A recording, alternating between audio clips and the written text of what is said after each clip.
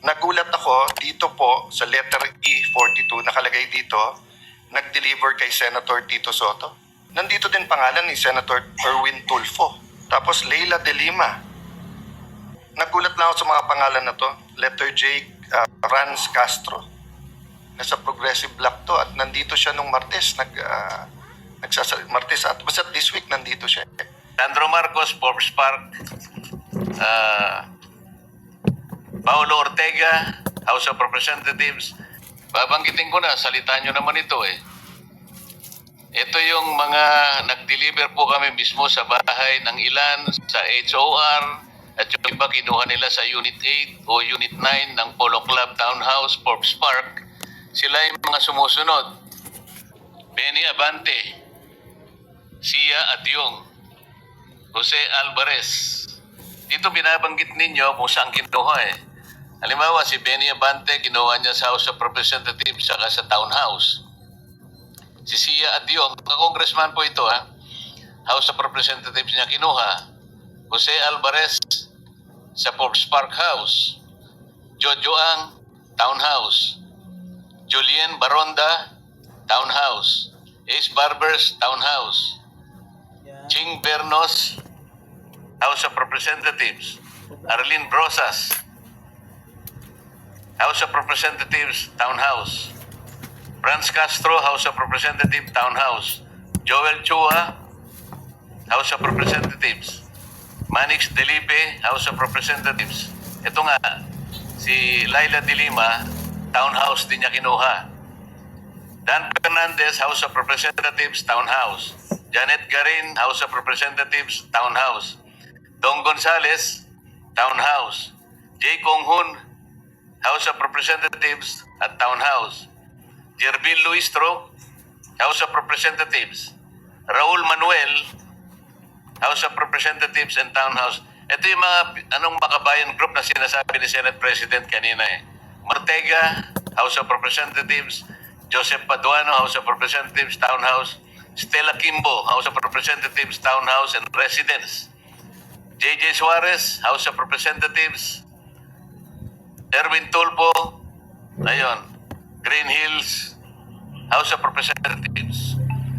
Itong lahat po ng binanggit ninyo na mga ngayon ay naglilingkod na miyembro ng House of Representatives, yung iba naman ay wala na, kailangang mapatibayan natin sa magitan ng inyong individual o sama-samang paglalahad. Tama lahat na sila ay nakatanggap sa iba't ibang paraan at iba't ibang lugar ng salapi. Tapos sabi nga niya na, kita mo naman sa Blue Ribbon eh, banggitin ka lang, patay ka na. At itong ginagawa nila Senator Lacson, nila SP Soto, mabigat. So ang kinatatakot din niya, wala naman siyang kaso, wala naman.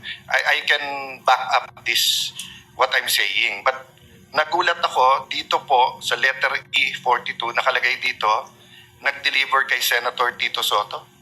Pwede nyo bang i-verify? Totoo po to at ay kwento nyo yung circumstance. Yes, Your Honor.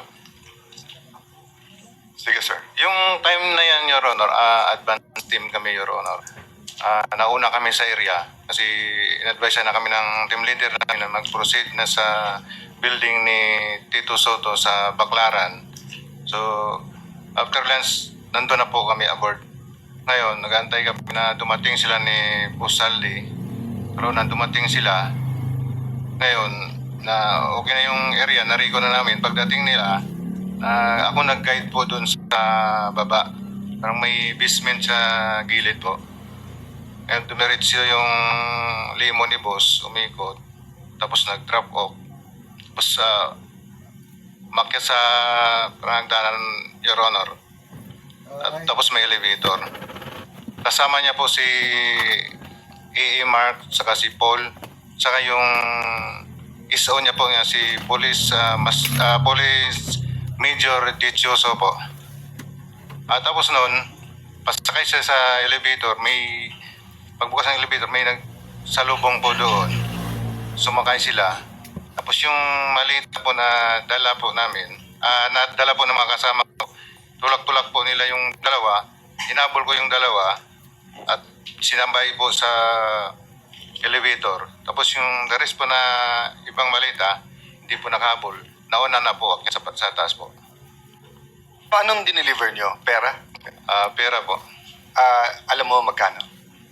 Large po, malaki. Ang large usually ang laman ay 40 to 70 po. so ilan ang dineliver? 40 to 70 po yung... So isang laman. maleta lang. 5 po, 5. 5 maleta na tig Opo. 40. Yes, Your Honor. Yeah. So more or less kailan to? Your Honor. More or less kailan? When? Year 2024 po, bago Campaign period. Yes po. Okay.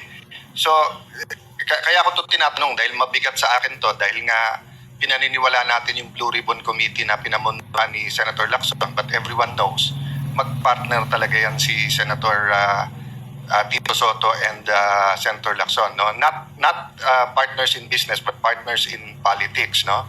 And then dun sa susunod na paragraph pero walang pangalan kung sino, nandito din pangalan ni Senator Erwin Tulfo na pinapangalan nilang susunod na chairman ng Blue Ribbon Committee kung sila masusunod. Sinong may alam nito? Dito po si... Sa babalikan kita, sir, dun sa details kay Senator Soto. Kay Senator Tulfo. Ako Anong po, details? magandang umaga po, Your Yes. Honor. Ako po yung involved doon kay Senator Erwin Tulfo. Sir, pangalan tapos pakikwento na lang yung circumstance. Ako po, sir, si Bernard Gumban. Bali po, nakapag-deliver po ako doon kay Senator Erwin Tulfo ng 2 beses. Yung una po, 2 maleta, tapos yung pangalawa po, 6. Ano yung 2 maleta? Anong size? Maliit na po, medium, small tsaka medium siguro. Small. Ano ulit naman ng small?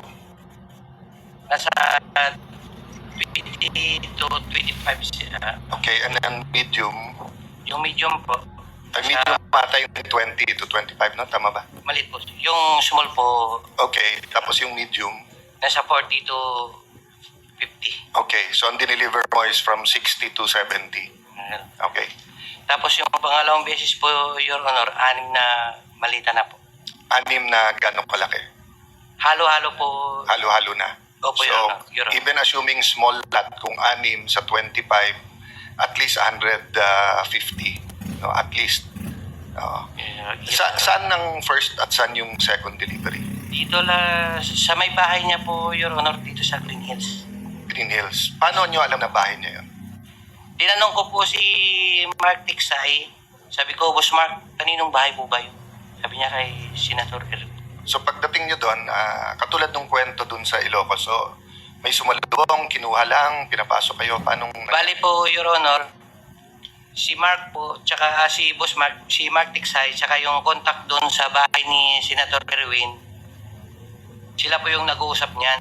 Tapos pagdating po doon sa bahay, ibababa po namin yung mga malita, tapos ihatid doon sa loob. Yung nagre-receive na po yung si Boss Mark na po, tsaka yung nagre-receive yung bala. So hanggang saan ka nakapasok? Nakapasok po ko doon, yung bahay po may basement eh. Hindi na hanggang sa ano lang. Pero Basement, bababa. kasama kotse or bababa? Hindi po, Your Honor, yung malita po, Yung maleta. So yung kotse sa parking lang kayo, sa labas lang po ng bahay. tapos nadala yung maleta hanggang sa basement. Papasok lang po kasi may sumalubong na po doon eh, yung... Okay. So kung halimbawa dadala namin kayo dun sa mga lugar na sinasabi niyo, matuturo niyo na ito yung bahay tapos Yes, Your masasabi niyo Honor. dito yung Yes, basement. sir. Yes, sir. Opo. Third lang, nagulat lang ako sa mga pangalan na to. Letter J, Franz Castro. Nasa Progressive Block to at nandito siya nung Martes. Martes at basta this week nandito siya. Sino may alam nitong kay Franz Castro? Nasa paragraph 43. Tapos Leila de Lima. Tapos may nakalagay dito sa Polo Club na bigay. Sino po dito? Nagugulat lang po ako kasi traditionally ang anti-Marcos, yung progressive groups and yung Dilaw at Pink. Pero recently sa nangyayari sa Senate, Marcos na rin eh. But biglang nandito mga pangalan nila. Again, that doesn't mean this is true. That's why I found. Sinong may alam nung kay Leila de Lima at saka kay Franz Castro? Mga kongresista. Si Franz Castro, Your Honor, laging gamitin niya nila boss sa taldi ko sa opisina niya doon sa Congress po at saka sa townhouse. Then pagkatapos po ng meeting nila, paglabas po, may mga bit-bit na po yan silang mga paper Pag bag. sinabing sila, sino ba usually kasama ni Franz Castro? Not necessarily sa pera, sa meeting.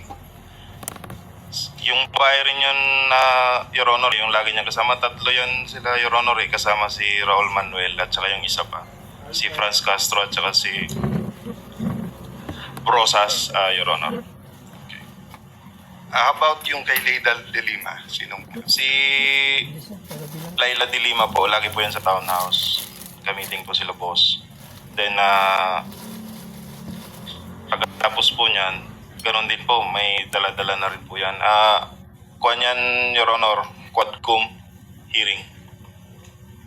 Kailangan nating i-clarify muna, no? Kasi yung pagkabanggit nyo kay Congresswoman Laila de Lima, kasama siya sa mga congressmen ng 19 Congress. Hindi pa siya congresswoman noon eh. Bakit Yung, siya kasama rito dun sa listahan ninyo sa paragraph 43? Yun po yung, siguro po may lapses po kami dyan. Kasi, Your Honor, nung Napagkamalan nyo siyang congresswoman noong panahon na yon. nung congresswoman, nung panahon na yun, Your Honor, hindi pa po siya kongresista. Pero yung namimit na po kami ni Attorney Baligod, kung congresswoman na po kasi siya, kaya nasama po dyan sa mga congressman po. Kasi bukod sa kanya, itong tunay na mga congressmen na nilist down nyo sa paragraph 43, babanggitin ko na, salita nyo naman ito eh. Ito yung mga nag-deliver po kami mismo sa bahay ng ilan, sa HOR, at yung iba kinuha nila sa Unit 8 o Unit 9 ng Polo Club Townhouse, Forbes Park. Sila yung mga sumusunod. Benny Abante, Sia Adyong, Jose Alvarez. Dito binabanggit ninyo kung saan kinuha eh. Halimbawa, si Benny Abante, kinuha niya sa House of Representatives saka sa Townhouse. Si Sia Adyong, congressman po ito ha. House of Representatives niya kinuha. Jose Alvarez sa Forbes Park House. Jojo Ang, Townhouse. Julien Baronda, Townhouse. Ace Barbers, Townhouse. Ching Bernos, House of Representatives. Arlene Brosas, House of Representatives, Townhouse. Franz Castro, House of Representatives, Townhouse. Joel Chua, House of Representatives. Manix Delipe, House of Representatives. Ito nga, si Laila de Lima, Townhouse din niya kinuha. Dan Fernandez, House of Representatives, Townhouse. Janet Garin, House of Representatives, Townhouse. Dong Gonzales, Townhouse. Jay Kong-hun, House of Representatives at Townhouse. Jervil Luistro, House of Representatives. Raul Manuel, House of Representatives and Townhouse. Ito yung mga makabayan group na sinasabi ni Senate President kanina eh.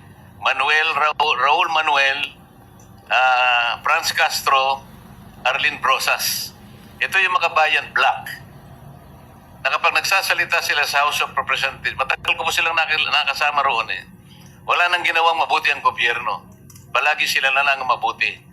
Na parang sila, ay ngayon pala eh, hindi ko sinasabing totoo lahat ito, kaya kayo nandito para patibayan ninyo, para tindigan ninyo na totoo lahat ang sinabi nyo rito. Sandro Marcos, Forbes Park. Paulo Ortega, House of Representatives. Joseph Paduano, House of Representatives, Townhouse. Stella Kimbo, House of Representatives, Townhouse and Residence. J.J. Suarez, House of Representatives. Erwin Tulpo, ayun, Green Hills, House of Representatives. Itong lahat po ng binanggit ninyo na mga ngayon ay naglilingkod na miyembro ng House of Representatives, yung iba naman ay wala na,